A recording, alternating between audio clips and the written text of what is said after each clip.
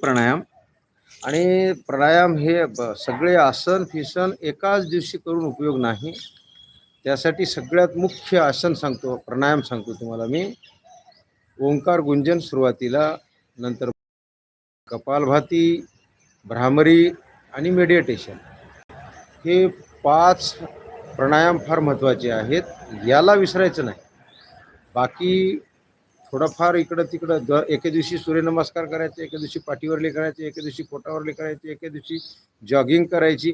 असे वेगवेगळे प्रत्येक दिवशी वेगवेगळा प्रकार करून आपण आपलं आरोग्य त्याच्यात समाविष्ट करून आणि हे 5 प्राणायाम असं आपण नियमित केल्यास याचा खूप मोठ्या प्रमाणामध्ये फायदा होतो.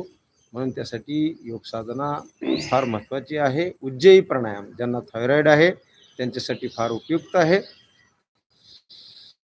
श्वास बाहेर सोडून नाकाने गुंजन करत, गळ्याचं घर्षण करत श्वास आत घ्यायचा आहे, थोडं कुंभक करायचं आहे आणि डाव्या नाकपुडीने सोडून द्यायचं आहे.